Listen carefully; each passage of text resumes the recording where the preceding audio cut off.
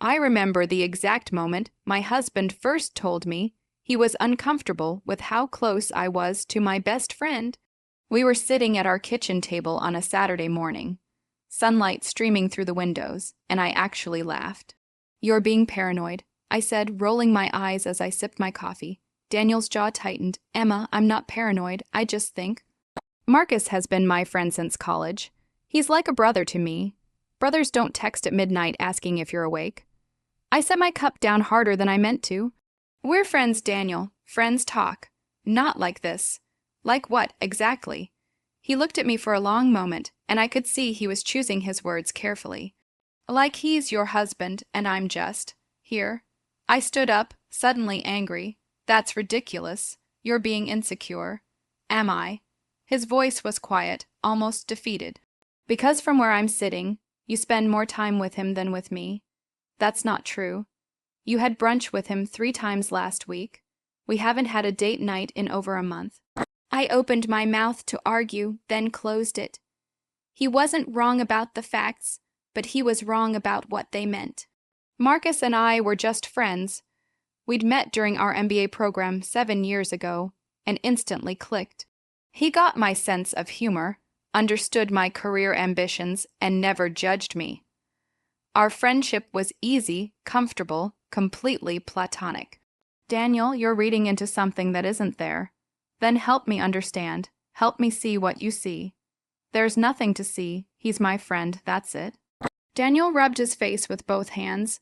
Okay, Emma, if you say so." But I could tell he didn't believe me. I could see it in the way his shoulders slumped, in the way he wouldn't meet my eyes. Part of me, a small, quiet part, whispered that maybe I should listen to him. That maybe his concerns were valid. I ignored that voice. "Why can't you just trust me?" I snapped. Daniel looked up at me then, and something in his expression made my stomach twist. "I do trust you, Emma. It's him I don't trust." "Well, that's your problem, not mine." The words came out harsher than I intended, but I didn't take them back. Daniel stood up without another word and left the kitchen. I heard our bedroom door close, not slam, just close quietly. Somehow that felt worse. I picked up my phone and saw a text from Marcus. "Coffee later." "Need to vent about work." I typed back, "Definitely, meet at 2. His response was immediate. "Perfect. You're the best, Em." I smiled at the message, but the smile felt wrong somehow. Like I was doing something I shouldn't be doing, even though I wasn't. We were just friends. Daniel needed to understand that. My coworker Sophie texted me later that afternoon. "Still on for that girls' night next week? Or are you busy with Marcus again?" There was a teasing edge to her message, but also something else. I chose to ignore it. "I'll be there," I replied. But even as I sent the message, I was already wondering if Marcus might need me that night. He'd been stressed about his job lately, and I was one of the few people he felt comfortable opening up to. That's what friends did. They showed up for each other. Daniel would understand eventually. He just needed time to get over his insecurities. I had no idea I was defending the beginning of my own destruction. The arguments became more frequent over the next few weeks. Daniel would bring up Marcus, and I would immediately get defensive. It became our pattern, our dance of dysfunction. "He's just jealous." I told myself whenever Daniel expressed concern. "He can't handle that I have a close male friend." Marcus, meanwhile, was always there with a sympathetic ear. "Your husband sounds really controlling," he said one evening as we sat at our favorite coffee shop. A secure man wouldn't feel threatened by a friendship. I nodded, feeling validated. "Thank you. That's exactly what I've been saying. You deserve someone who trusts you, Em." I took a sip of my latte, avoiding his eyes. "He does trust me. He doesn't understand our friendship. Or he doesn't want to understand it." Something about the way he said it made me uncomfortable, but I pushed the feeling aside. Marcus was my friend.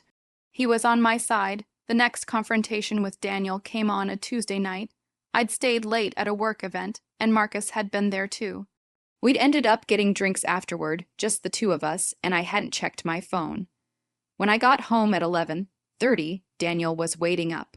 "Where were you? A work event. I told you about it this morning. That ended at 9. I set my purse down. Marcus and I grabbed drinks after. We were catching up. You didn't think to text me. My phone died. Emma. His voice cracked on my name. Do you hear yourself? Do you hear the excuses? They're not excuses, they're explanations. He texted you at 1 a.m. last Thursday. 1 in the morning, Emma. He was going through something. He needed to talk. And I needed my wife, but you were too busy texting him to notice. I felt my anger rising. That's not fair. What's not fair is that your best friend calls you Sunshine and touches you like he has the right to, and I'm supposed to just be okay with it. He's affectionate, that's just his personality. With you, not with anyone else, just you. I wanted to argue, but I couldn't.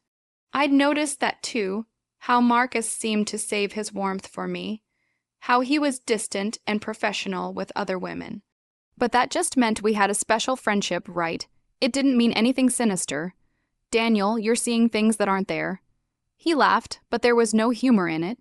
Am I? Because last week when I came home, he had his arm around your shoulders. When I walked in, he didn't move it. He looked at me like he was daring me to say something.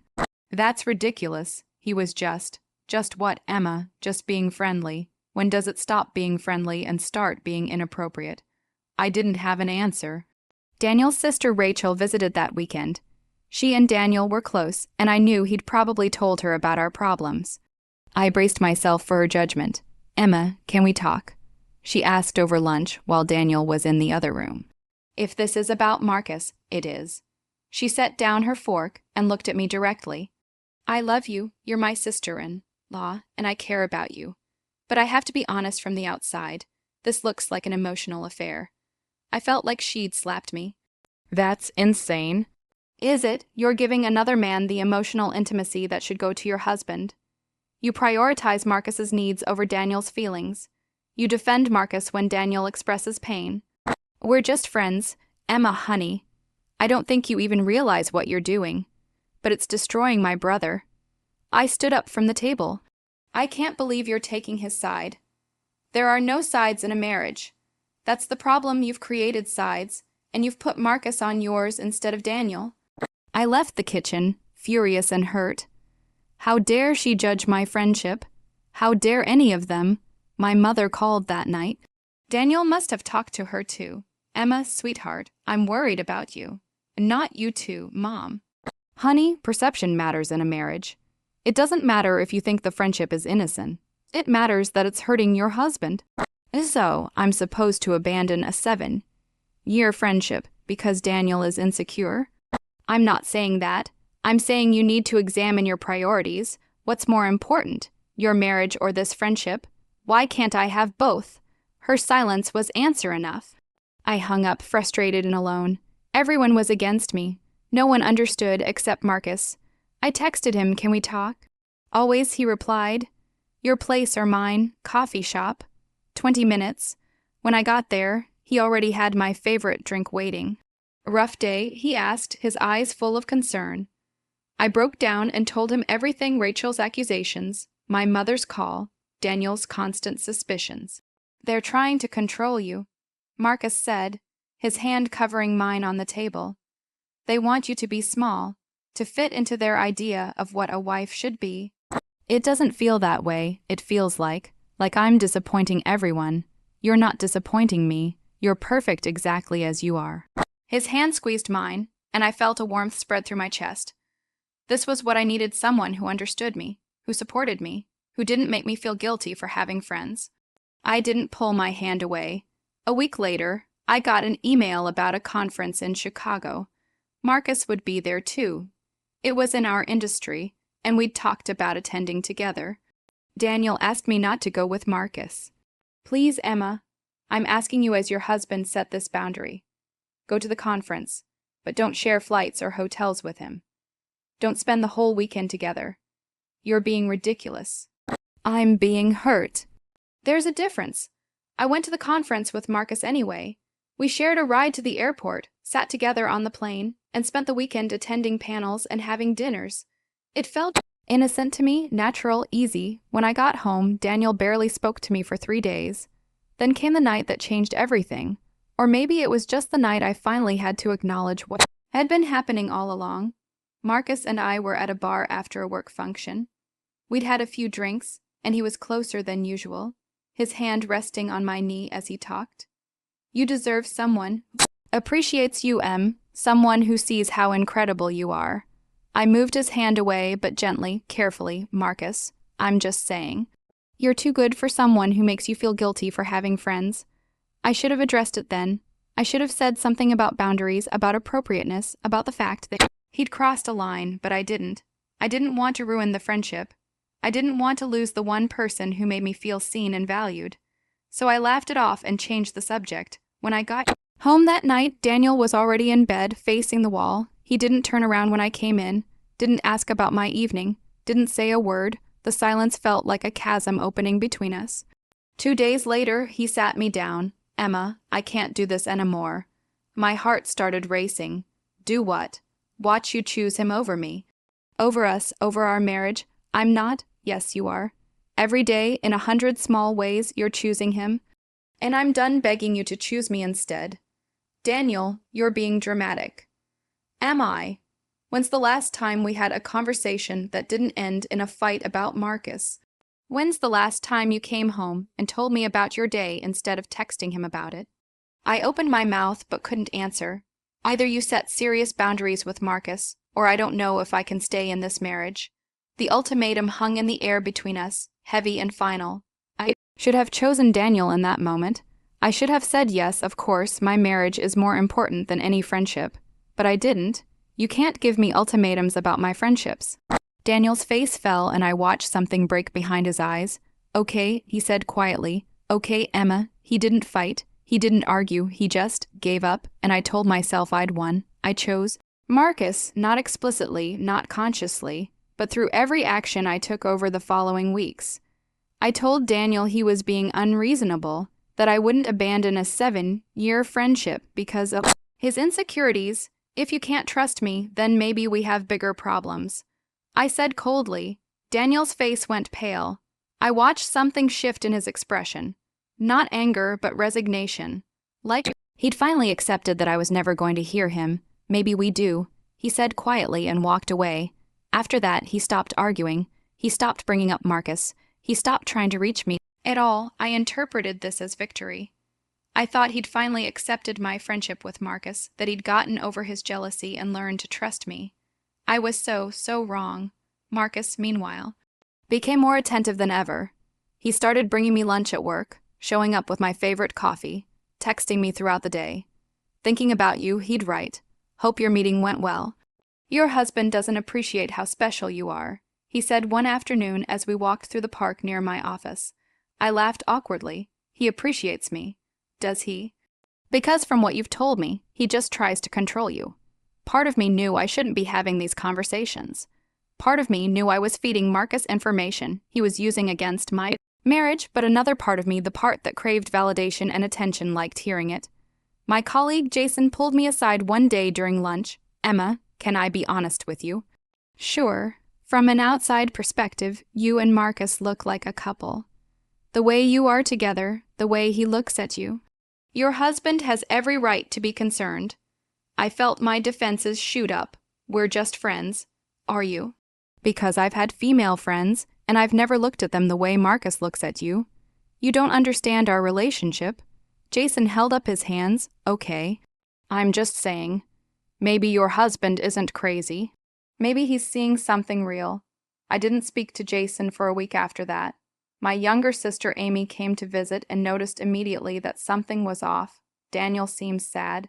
She said as we cleaned up after dinner, he'd barely smiled all evening, had barely participated in conversation. He's stressed about work. Amy gave me a look. Emma, I'm not stupid. What's going on? Nothing. Everything's fine. Is this about that Marcus guy you're always talking about? What? No. Why would you? Because you mention him constantly, and every time you do, Daniel's face does this thing like he's in pain. Amy, you don't understand. Then explain it to me. Explain why your husband looks like he's dying inside. I couldn't, so I changed the subject. The breaking point came on a random Thursday evening. Daniel came home from work early and found Marcus and me on the couch watching a movie. My feet were tucked under Marcus's legs, such a casual intimacy that I didn't even think about it anymore. Daniel stopped in the doorway. He didn't say anything. Didn't yell, didn't make a scene. He just turned around and walked to our bedroom. I followed him, already defensive. What's wrong now? Nothing. He was pulling clothes out of his dresser. Daniel, talk to me. He turned to face me, and the exhaustion in his eyes was devastating. What do you want me to say, Emma? That I came home to find my wife cuddled up with another man. That this is normal, that I should be okay with it. We weren't cuddled up, we were just what? Just being friends. He laughed bitterly. Do you even hear yourself? Do you understand how this looks, how it feels? Nothing is happening. Why can't you see that? Daniel set down the clothes he was holding and looked at me with such sadness that my anger faltered. I don't think you even realize what's happening, Emma. And that's what scares me most. You're so deep in this, whatever this is, that you can't see it for what it really is. What are you talking about? You're having an emotional affair.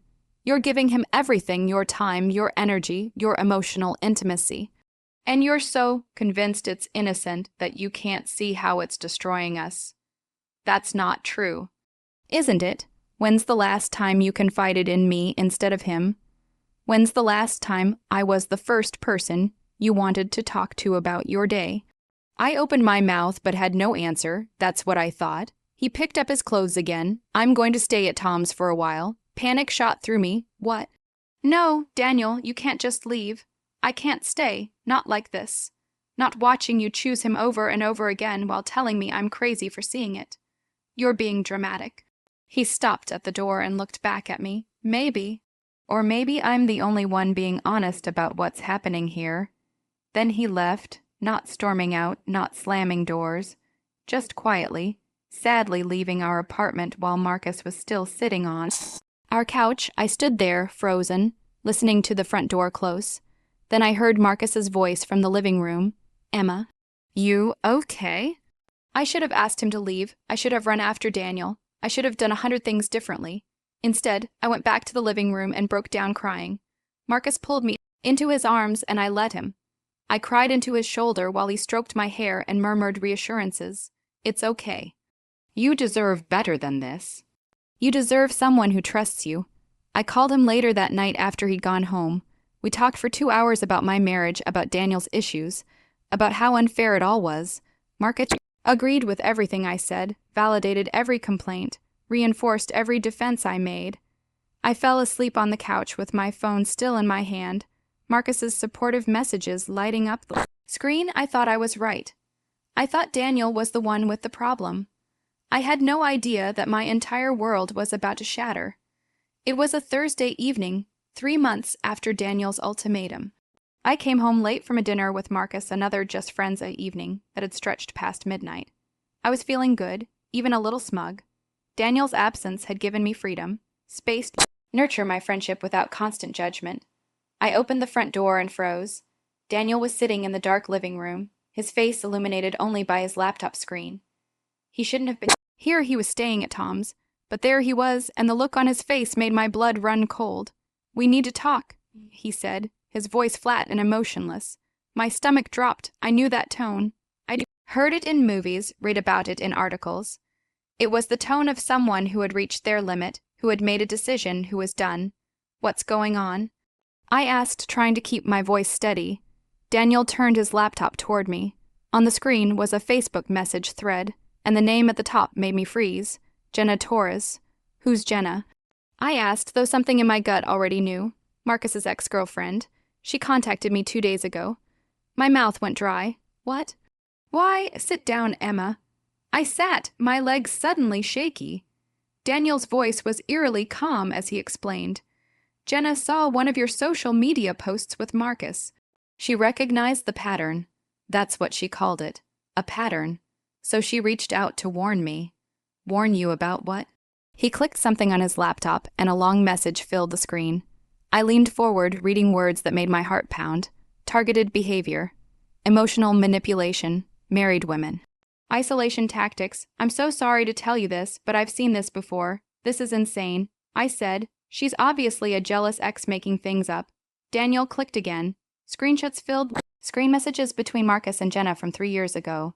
Messages that looked eerily familiar. Your boyfriend doesn't appreciate you. You deserve someone who sees how special you are. I'm the only one who really understands you. I felt sick. Those were almost word things Marcus had said to me. There's more, Daniel said, his voice cracking. He showed me another set of screenshots, messages between Marcus and a woman named Sarah. The same playbook, the same lines, the same gradual escalation from friendship to something more. That doesn't mean he's doing that with me, I protested, but my voice sounded weak even to my own ears. I'm different. Our friendship is different. Is it? Daniel closed the laptop and looked at me. Because Jenna said the same thing, and Sarah said the same thing. They all thought they were different, Emma. They all thought it was innocent until it wasn't. My mind was racing, trying to find a way to explain this away, to defend Marcus, to maintain my version of reality. But the evidence was right there, undeniable. There's something else, Daniel said quietly. He pulled out his phone and opened a video file. I requested the security footage from our building's elevator. From 2 weeks ago. I watched the video play. It showed Marcus and me coming home from a night of drinking. His arm was around my waist, and I was leaning into him, laughing at something. Timestamp showed 1:47 a.m. I didn't remember that night clearly. I remembered drinking, remembered Marcus walking me home, remembered waking up the next morning with a headache. But seeing it on screen, seeing how we looked together, intimate, couple, inappropriate, made my stomach turn. Did something happen that night? Daniel asked, and I could hear the pain beneath his careful control. I don't know, I was drunk. He walked me to the door and left. I think. You think. I don't remember, but nothing happened. I would remember if something had happened. Would you? Daniel's voice finally broke. Because from where I'm sitting, you've been lying to yourself for so long that you don't even know what the truth is anymore. Daniel, I can't do this anymore. Emma, I've tried. God, I've tried so hard. I've begged. I've explained. I've shown you how much this hurts me. But you chose him over me, over and over again. I'm done. The words hit me like physical blows. No. No, Daniel, please. I'm done being made to feel crazy. I'm done being gaslit in my own marriage. I'm done competing with another man for my wife's attention and losing every single time. Suddenly, memories flooded back, memories I'd suppressed or ignored. Marcus's hand lingering too long on my arm, the way he'd lean in too close when we talked, his comments about my appearance, my intelligence, how I deserved better. The way he'd subtly put Daniel down in every conversation, making me doubt my husband while building himself up as the alternative. Oh God, Jenna was right. This was a pattern, and I'd fallen for it completely. Where are you going? I asked as Daniel stood up and walked toward our bedroom. To pack, he said simply, I'm staying at Tom's place. You can have the apartment. I just need to be away from this. Daniel, please let me. There's nothing to say, Emma. You made your choice. Now you have to live with it.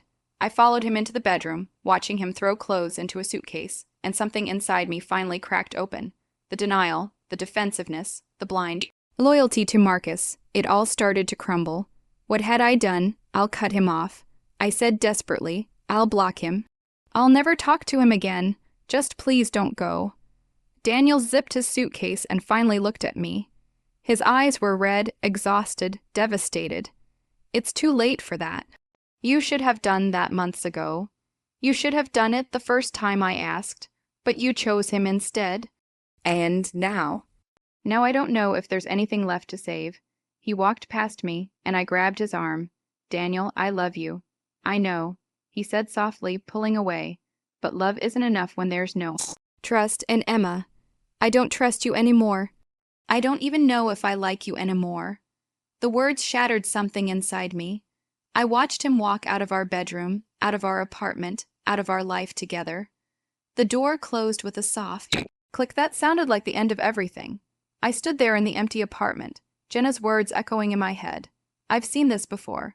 And slowly, horrifyingly, I began to see it too. Daniel left that night with a single suitcase, and I sat alone in our apartment, my mind racing. I couldn't sleep. Every time I closed my eyes, I saw that security footage.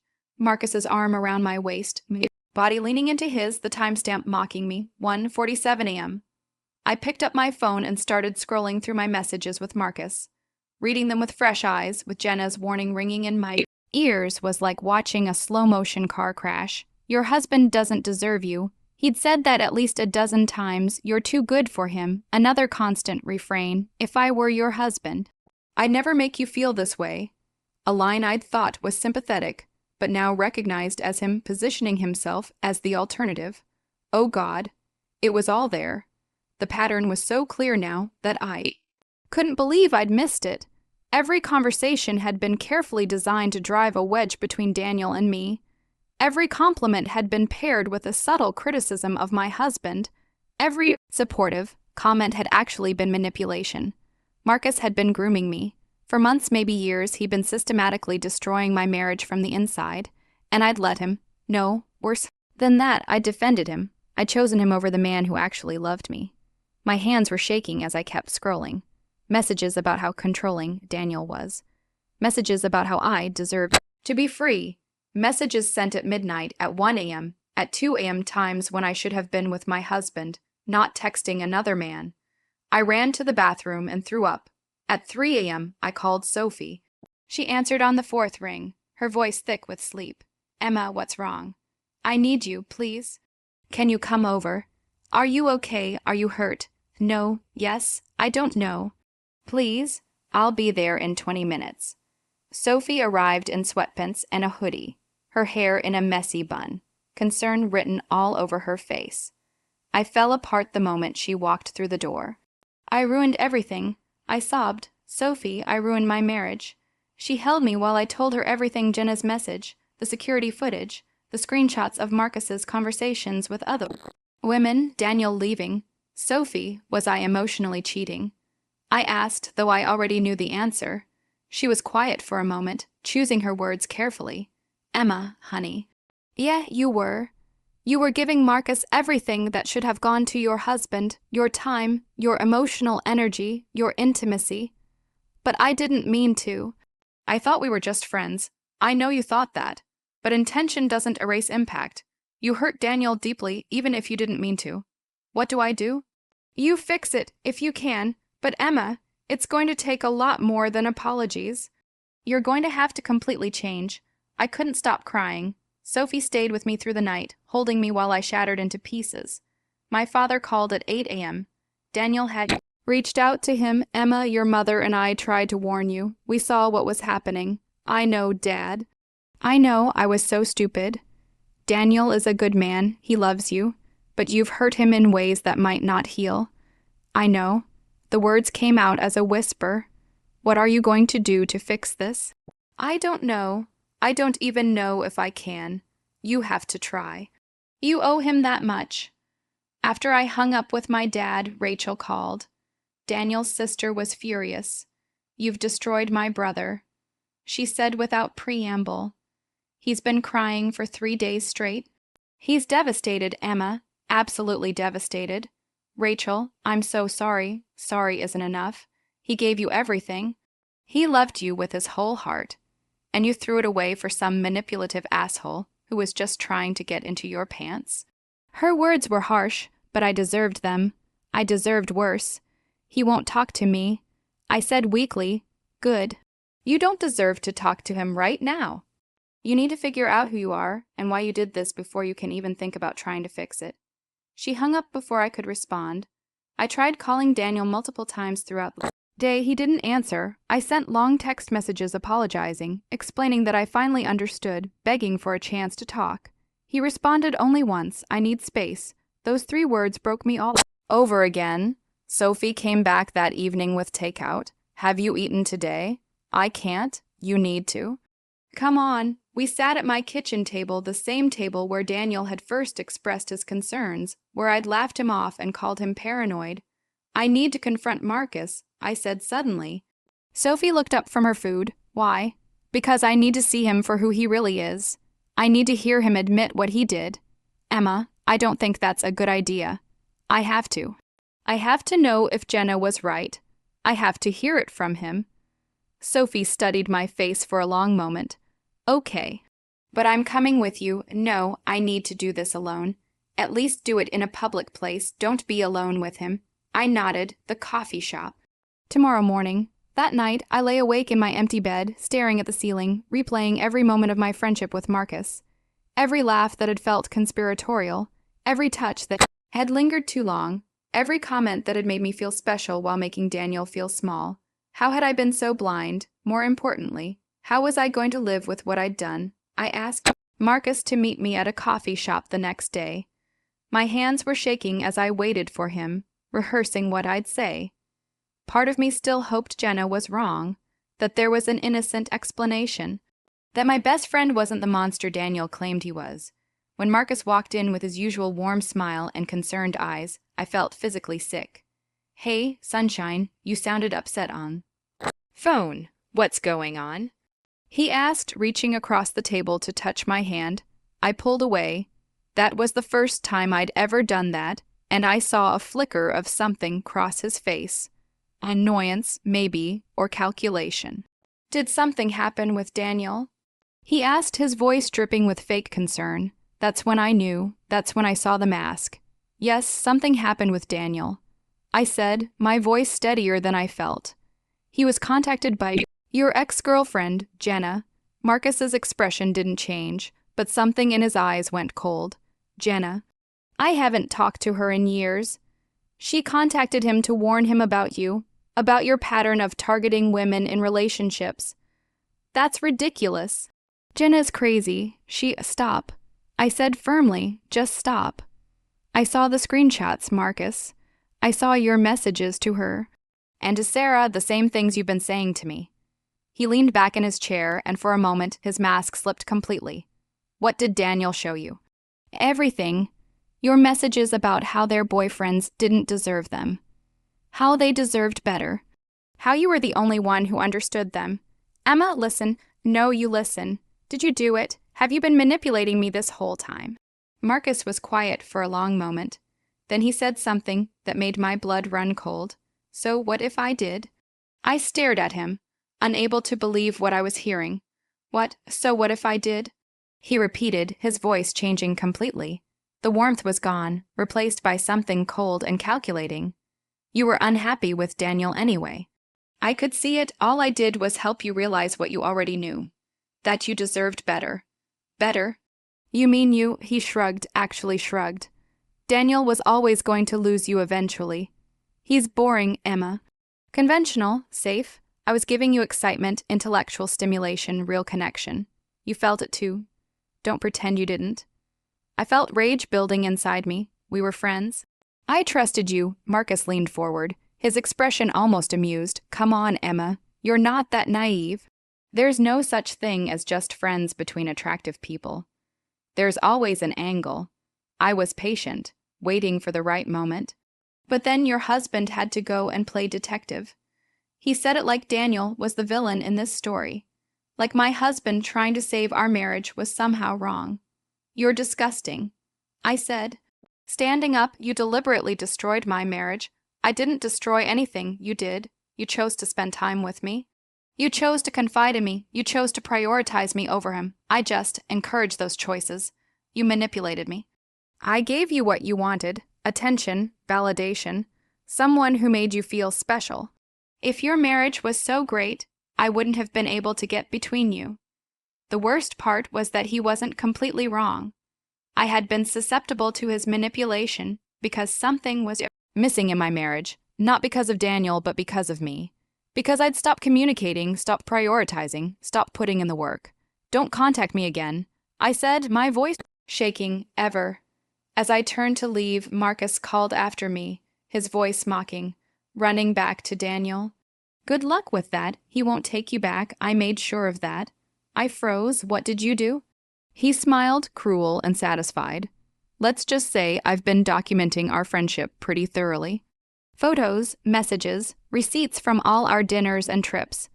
If he tries to divorce you, you won't get a penny. You'll be the cheating wife. I didn't cheat. Didn't you? You gave me everything a girlfriend would give. The only thing missing was sex, and we both know that was just a matter of time. You're delusional." "Am I? Tell me honestly, Emma, if Daniel hadn't found out, how much longer before you would have left him, before one of our late nights ended differently, before you finally admitted what you were feeling. I wanted to tell him he was wrong. I wanted to say that would never have happened.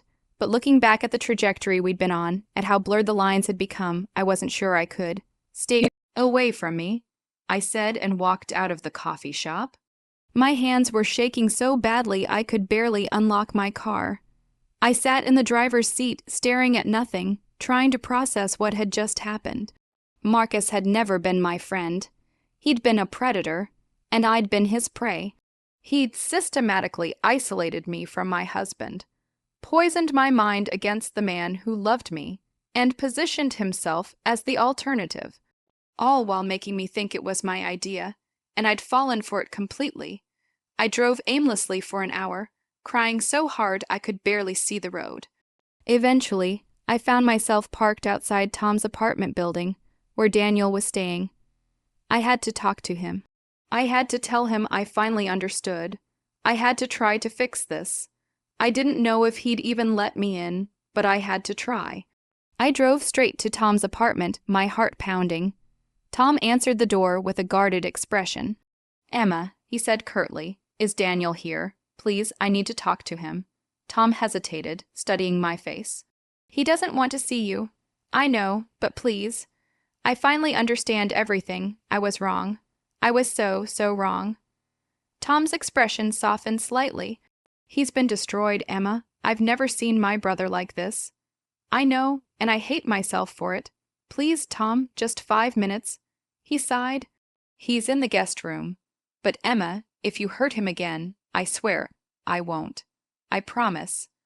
Tom stepped aside, and I walked down the hall with shaking legs. I knocked softly on the guest room door. "Tom," I said, "I'm fine." Daniel's voice cut off when he opened the door and saw me. His expression didn't change. It was like looking at a stranger. "Can we talk?" I asked softly. He was silent for a long moment. Then he stepped back, letting me in. The room was sparse. Just a bed, a dresser, a small desk. Daniel's suitcase was in the corner, still partially unpacked. The sight of it, of my husband living out of a suitcase because I'd driven him from our home, made me want to cry. "What do you want, Emma?" I confronted Marcus. Daniel's jaw tightened, but he said nothing. "You were right about everything. Jenna was right. He admitted it.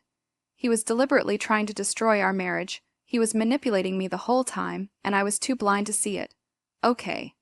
Just, okay, no emotion, no reaction.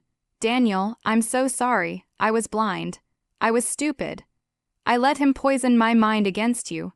I chose him over you, and it's the biggest mistake of my life." "Is that what you came here to say?" "I came here to tell you that I finally understand.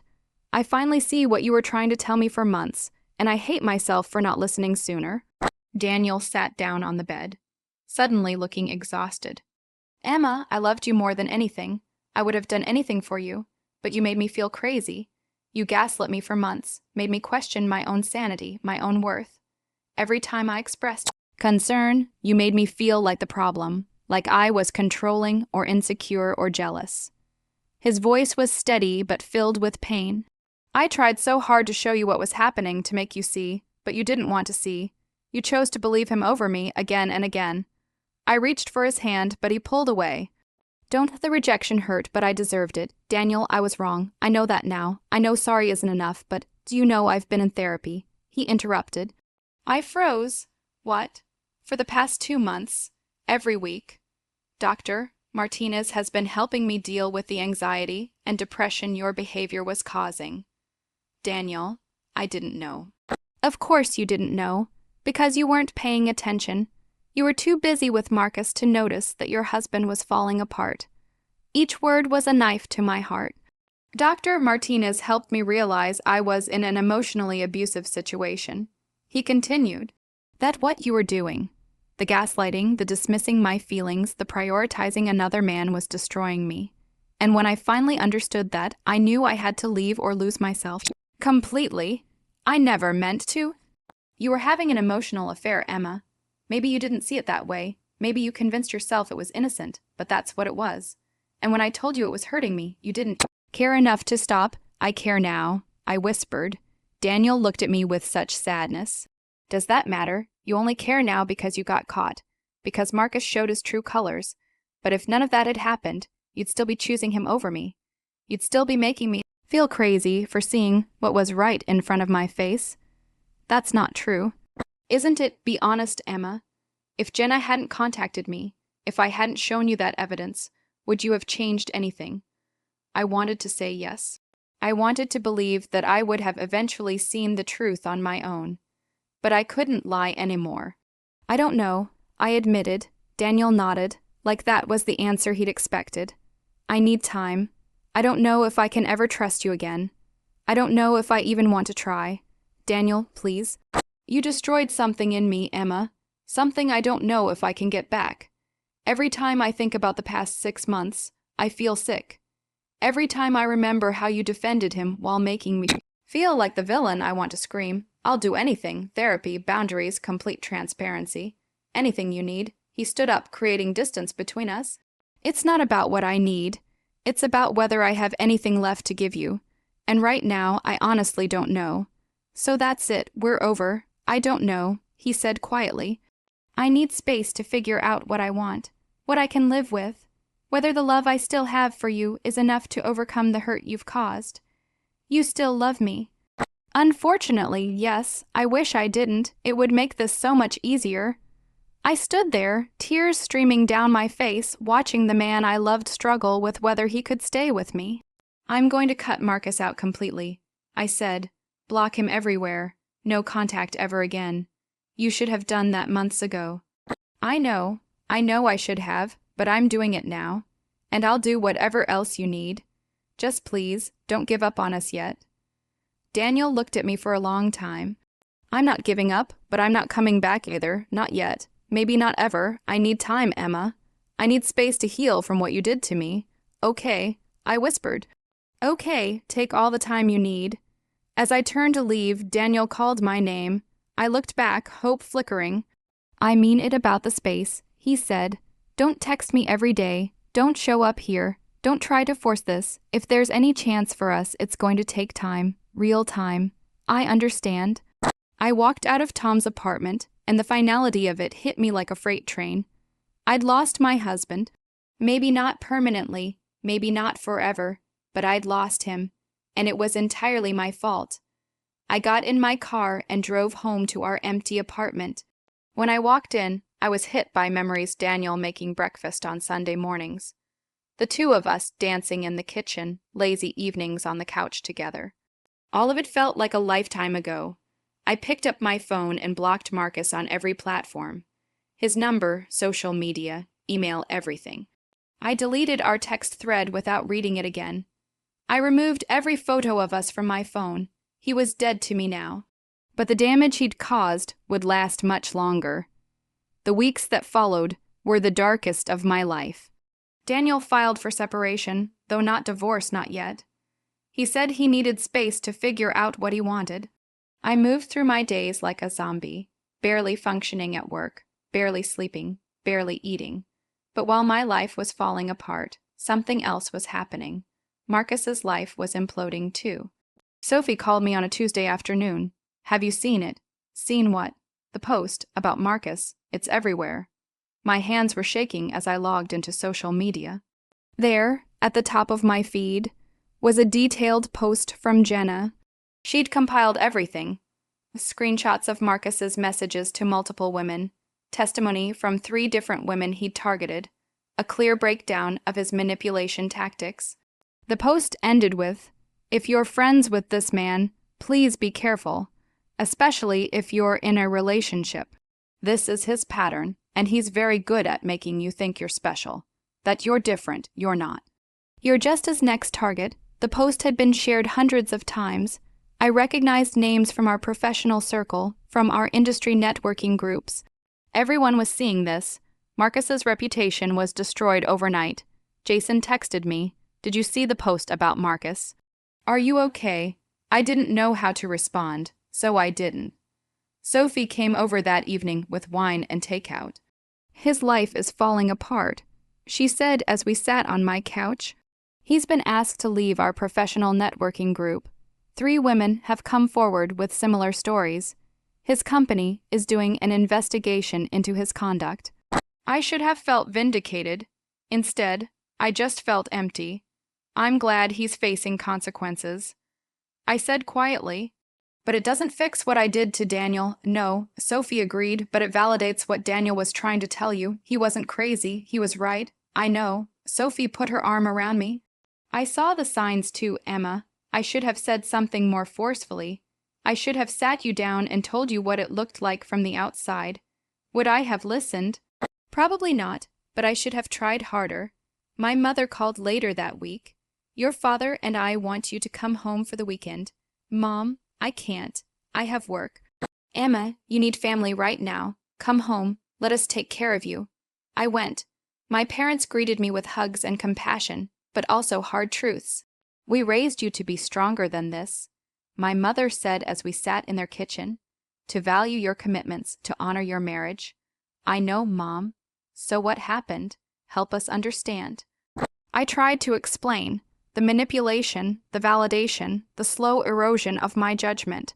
But even as I said it, I knew it sounded like excuses. You made choices, my father said firmly. Marcus may have manipulated you, but you chose to spend time with him. You chose to prioritize him. You chose to dismiss Daniel's concerns. Those were your choices, Emma. I know, Dad, I know. Amy came over that evening. She was more gentle than our parents, sitting beside me and holding my hand. You messed up big time, sis, I know. But you're not the first person to make a mistake in a marriage. The question is what you do now. Daniel won't even talk to me. Can you blame him? No. Then you wait, you work on yourself. You figure out why you were vulnerable to Marcus's manipulation in the first place. And if Daniel decides to give you another chance, you make damn sure you become someone who deserves it. I started seeing a therapist the following week. Dr. Chen was patient but direct. You mentioned seeking validation from Marcus. Let's talk about why you needed that external validation. What was missing internally? Over the next few weeks, we unpacked years of issues: my need for approval, my fear of being ordinary, my tendency to avoid difficult conversations. Marcus had exploited all of it, but vulnerabilities had been there long before him. Marcus didn't create these issues, Dr. Chen explained. He just found them and used them. The work now is to address the root causes so you're never vulnerable to this kind of manipulation again. I also had to face Rachel. Daniel's sister agreed to meet me at a coffee shop, and the look on her face when she arrived was cold. I don't forgive you, she said bluntly. I don't expect you to. But I can see you're genuinely sorry. That's more than I expected. We talked for over an hour. She told me how destroyed Daniel was, how he'd cried himself to sleep at Tom's apartment, how he'd questioned everything about himself. You broke the strongest person I know, Rachel said. Do you understand that? I do. He still loves you. But love isn't enough when trust is gone. I don't know if he'll ever be able to trust you again, Emma. I don't know if you're worth the risk. Neither do I admitted. Rachel studied my face. At least you're being honest. That's a start. 4 weeks after Daniel left, my phone buzzed with a text. Let's talk. Coffee tomorrow at 10. I stared at the message for a full minute, my heart racing. It was the first direct communication we'd had in a month. I didn't know whether to feel hopeful or terrified. I'll be there, I typed back. I didn't sleep that night. I just lay awake, thinking about everything I wanted to say, everything I needed him to understand. Tomorrow would either be the beginning of healing or the final end of our marriage. I had no idea which one it would be. I arrived at the coffee shop 15 minutes early, my heart pounding so hard I thought I might be sick. When Daniel walked in, I barely recognized him. He'd lost weight, looked exhausted, but there was something in his bearing, a resolve that hadn't been there before. We sat across from each other, and the weight of everything unsaid was suffocating. Thank you for meeting me, I said softly. Daniel nodded. I needed time to think, to figure out what I want. I braced myself for the worst. And what do you want? He took a deep breath. I want to understand why, not the surface reasons. I know Marcus manipulated you. But why were you vulnerable to that manipulation in the first place? Why did you let someone else into the space that should have been ours? It was a fair question, one I've been asking myself in therapy for weeks. I felt taken for granted sometimes. I admitted, not because of anything you did, but because marriage isn't. It isn't as exciting as dating was. And Marcus made everything feel exciting again. He made me feel seen and special and interesting. Daniel listened without interrupting, and instead of talking to you about it, instead of working on our marriage, I let someone else fill those gaps. I was selfish, Daniel. I wanted your stability and his excitement. I wanted to feel desired without having to do the hard work of maintaining desire in a long-term relationship. So you used him to fill what was missing. I didn't see it that way at the time, but yes, I convinced myself I could have both, a marriage and this special friendship, without seeing the conflict, without understanding that emotional intimacy with him meant taking it away from you. Daniel was quiet for a moment. I felt increasingly shut out. Every time I tried to talk to you about it, you became defensive. You made me feel like I was the problem, like I was crazy for seeing what was happening. I know. And I'm so sorry. You made me question everything about myself, Emma. My attractiveness, my personality, my worth as a husband. You did that to me. Not just Marcus, you. The words were brutal but necessary. I didn't make excuses. I just sat there and let myself feel the full weight of what I'd done. Then Daniel said something that made my heart stop. I went on a date last week. My stomach dropped. What? Rachel set me up with her friend Nicole. I don't know what I thought. Maybe that it would help me move on. Or at least show me if that was possible. The jealousy that ripped through me was intense and immediate. This must be how Daniel felt watching me with Marcus, except multiplied by months of dismissal and gaslighting. Do you like her? I asked, hating how small my voice sounded. Daniel was quiet for a moment. She's nice. Interesting, uncomplicated, but the whole time I kept thinking about you.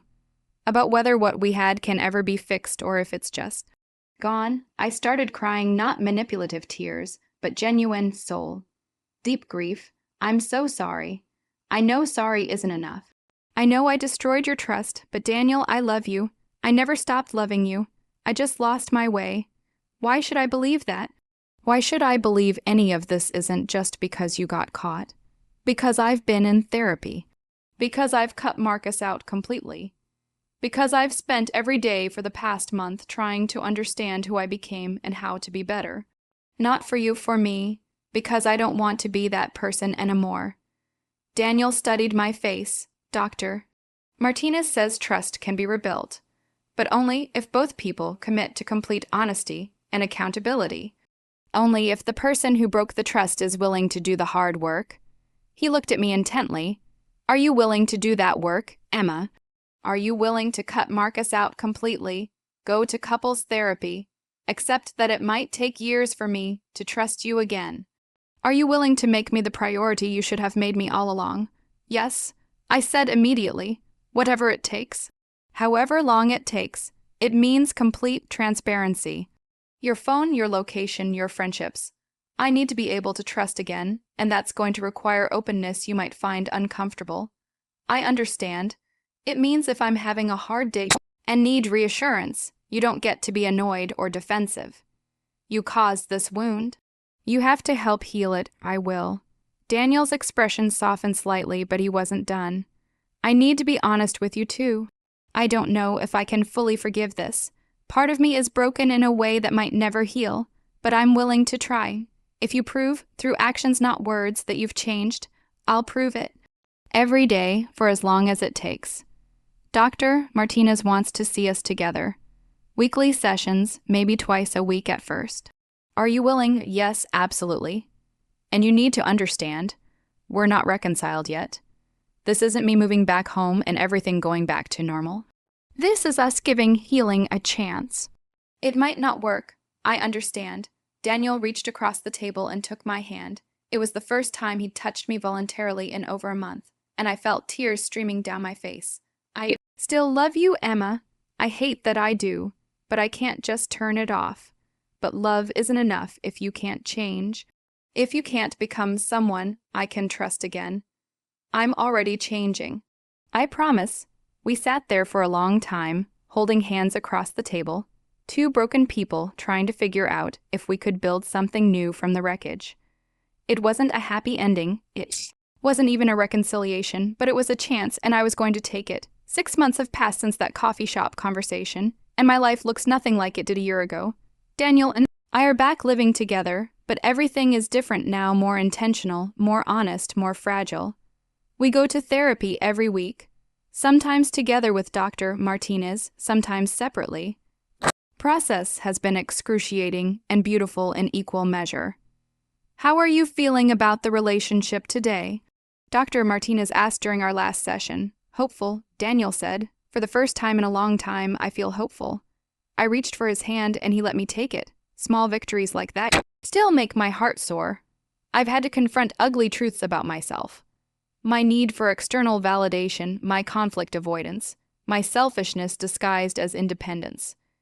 Daniel has had to confront his own issues too. His tendency to bottle emotions until they explode, his fear of seeming controlling, his difficulty setting firm boundaries. We're both different people now. Better people. I hope Sophie has been my accountability partner throughout this process. She asks me hard questions every week. How are things with Daniel? Are you prioritizing him? Are you being honest about your friendships? Last week, Daniel's colleague Madison invited him to a networking event. He came to me, slightly uncomfortable. She's been friendly lately. Too friendly, maybe. I don't know if I'm reading into it or if it's real, but I wanted to tell you. Instead of dismissing his concern like I would have before, I thanked him for being honest. Do you want me to come with you? I offered.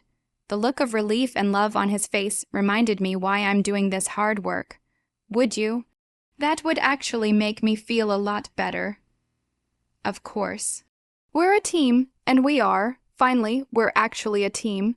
My family has been cautiously optimistic. My mother said recently, "We see you trying, Emma." That's what matters. Amy has become a surprising source of wisdom. Marriage is a choice you make every day. She reminded me last week, not just on your wedding day.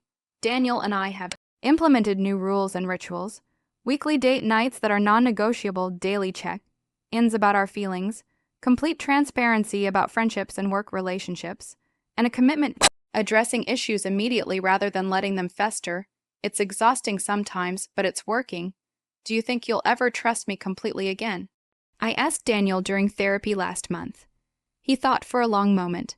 I don't know, but I trust you more than I did 6 months ago. That's progress. Dr. Martinez nodded. Trust after betrayal isn't about returning to naive faith. It's about building something new, informed trust, where both partners understand the value of what they have and protect it fiercely. I've also changed professionally. I set better boundaries. Work decline networking, invitations that feel inappropriate, and I'm more aware of how my actions are perceived. I learned through Sophie that Marcus moved to another city after his reputation was destroyed here. Multiple women filed complaints with his company, and he was eventually let go. I feel no sympathy for him, only disgust at how thoroughly he fooled me. This evening, Daniel and I are cooking dinner together, something we do most nights now. He's telling me about a funny interaction with Tom, laughing in a way he hasn't in over a year. I find myself just watching him, overwhelmed with gratitude that he gave me another chance. What? He asks, noticing me staring. Nothing. I say, smiling, I just love you. He walks over and kisses my forehead. I love you too. We're going to be okay. And for the first time since everything fell apart, I actually believe him. I've written this letter in my journal. Words I'll never send but need to express. It's addressed to the version of myself from a year ago. Dear past Emma, you're about to lose everything. You think you're defending friendship and independence, but you're actually destroying your marriage. Marcus isn't your friend, he never was. He's been playing a long game, slowly poisoning your mind against your husband, positioning himself as the alternative, and you're letting him because it feels good to be pursued, to feel special. Listen to Daniel. Listen when he tells you something makes him uncomfortable. Listen when he says he's hurting. He's not trying to control you. He's trying to save marriage from someone who wants to destroy it. You'll learn all of this the hard way. You'll lose Daniel's trust, maybe forever. You'll see Marcus's true face and it will sicken you. You'll realize that you were the villain in your own story, not the victim. Then you'll have to do the hardest work of your life to try to fix what you broke. I wish I could spare you the pain. I wish I could make You see, but I know I can't. You're too stubborn, too defensive, too convinced of your own righteousness. So you'll have to learn through loss. Just know this. Daniel loves you more than you deserve. Right now, if you're lucky, if you're very, very lucky, he'll give you the chance to become someone who deserves that love. Don't waste it.